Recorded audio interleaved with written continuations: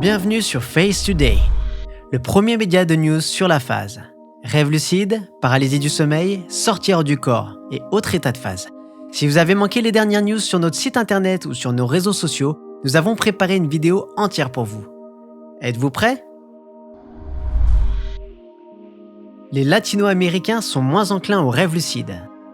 Le concept de rêve lucide varie considérablement selon les cultures. Des scientifiques de divers pays à travers le monde ont donc mené régulièrement des études dans le but de mieux comprendre en quoi la fréquence des rêves lucides peut dépendre de l'ethnicité et de l'influence culturelle. En septembre 2020, un nouvel article sur ce sujet a été publié dans la revue scientifique Dreaming. Les auteurs, Michael Schredel et Kelly Bulkley, ont interrogé 3992 Américains âgés de 18 ans et plus, 2310 femmes et 1682 hommes. Le but de cette étude était d'obtenir des données sur l'incidence des expériences de rêve lucide parmi la population américaine.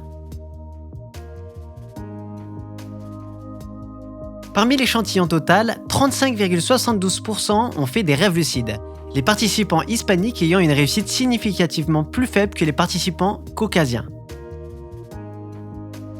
Les résultats ont montré que le rêve lucide est un phénomène bien connu aux États-Unis. Pendant ce temps, les différences entre les groupes ethniques peuvent refléter une plus grande importance des rêves lucides dans des cultures plus individualistes que dans des cultures qui ont tendance à être plus communautaires. Cependant, afin de clarifier dans quelle mesure ces effets peuvent se manifester en ce qui concerne les rêves plus généralement, et les rêves lucides plus particulièrement, des recherches supplémentaires avec des participants d'autres pays seront nécessaires.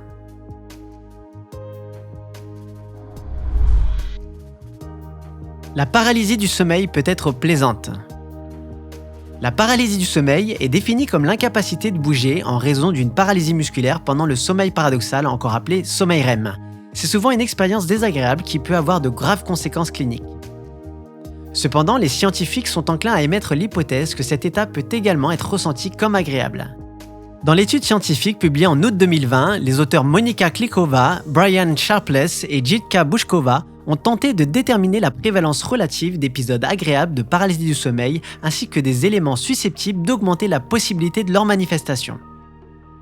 172 participants présentant des épisodes récurrents de paralysie du sommeil ont rempli une série de questionnaires analysant les épisodes de paralysie du sommeil, les symptômes de traumatisme, la satisfaction à l'égard de la vie et les traits de personnalité. Il s'est avéré que la paralysie du sommeil agréable est un phénomène assez courant. 23% des personnes ayant répondu ont déclaré l'avoir déjà expérimenté. Contrairement aux attentes, ni des symptômes de traumatisme plus légers, ni une plus grande satisfaction à l'égard de la vie n'étaient associés à une expérience positive de la paralysie du sommeil. Cependant, la capacité de faire des rêves lucides et un niveau plus élevé d'ouverture à de nouvelles expériences a semble-t-il augmenté la probabilité de vivre des épisodes de paralysie du sommeil agréables. Les recherches futures montreront si cette découverte a des implications cliniques. L'étude a été publiée dans le magazine scientifique Journal of Sleep Research en août 2020. Les sonneries téléphoniques peuvent être utilisées pour induire un rêve lucide. Ces dernières années, les rêves lucides sont devenus un sujet de plus en plus intéressant pour l'étude des différences psychophysiologiques entre le rêve et la conscience. Pour augmenter la fréquence des rêves lucides à des fins de recherche, des techniques spéciales pour induire la phase sont enseignées aux participants afin d'être expérimentées. Une de ces études a été récemment menée par une équipe européenne dirigée par Daniel Erlacher de l'Université de Berne en Suisse, qui étudie les méthodes de stimulation acoustique pour l'induction du rêve lucide. Une polysomnographie standard a été utilisée pour obtenir des données électrophysiologiques et le sommeil paradoxal a été enregistré à l'aide d'un capteur de mouvement oculaire.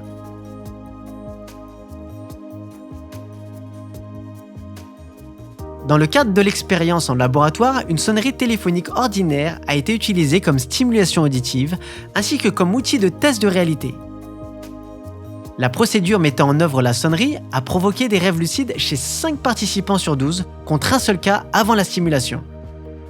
Jusqu'à présent, une grande quantité d'études visant à tester la réalité pendant le rêve lucide ont été menées dans des expériences sur le terrain avec un succès plutôt modéré.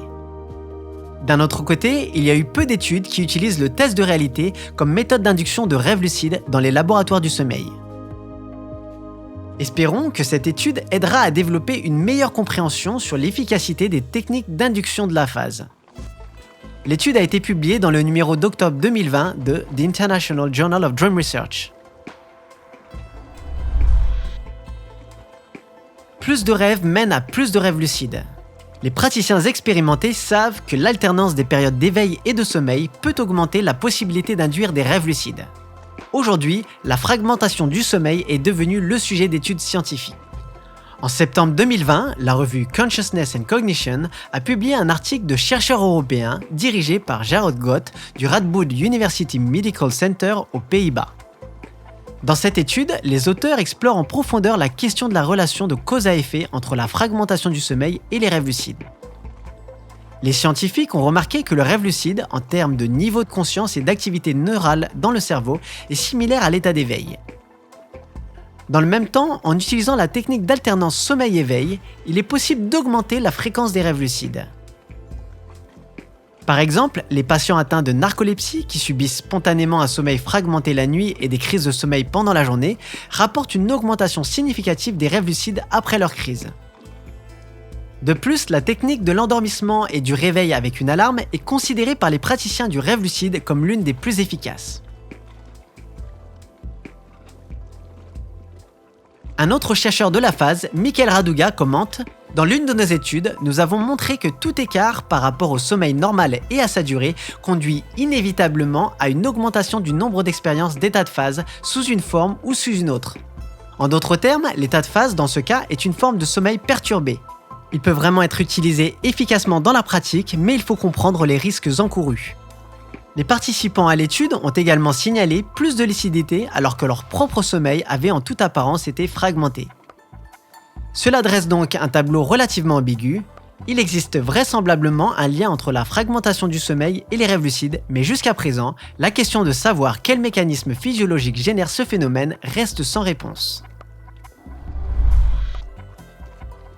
Les cauchemars lucides nécessitent une étude spéciale. Les cauchemars lucides sont définis comme des rêves chargés de fortes émotions négatives dans lesquels un rêveur est conscient qu'il ou elle est en train de rêver mais qu'il ne peut ni changer les événements terrifiants qui se déroulent dans le rêve, ni se réveiller consciemment. Les cauchemars de phase ne sont pas rares, mais on n'en sait que très peu sur ce phénomène. Une étude récemment publiée par Michael Schredel et Kelly Bulkeley a cherché à examiner la fréquence et le contenu des cauchemars lucides chez les adultes américains âgés de 18 ans et plus. Un échantillon d'enquête représentatif composé de 408 participants, 248 femmes et 160 hommes, a révélé que sur 160 cauchemars, 67 pouvaient être classés comme des cauchemars lucides, les 2/3 des rêves impliquant l'incapacité de se réveiller. Cependant, la présence d'éléments cauchemardesques dans les rêves lucides n'était pas associée à l'âge, au genre, à l'éducation ou à l'origine ethnique des participants à l'étude. Dans l'ensemble, les résultats de l'étude montrent qu'une proportion significative, environ 16% des expériences de rêves lucides les plus récentes, peuvent être classées comme des cauchemars lucides, y compris l'incapacité de se réveiller. Dans le même temps, l'étude des techniques de contrôle du sommeil et le développement de telles compétences est une étape importante dans la recherche des états de phase comme outil thérapeutique pour le traitement des cauchemars. L'étude a été publiée en octobre 2020 dans The International Journal of Dream Research.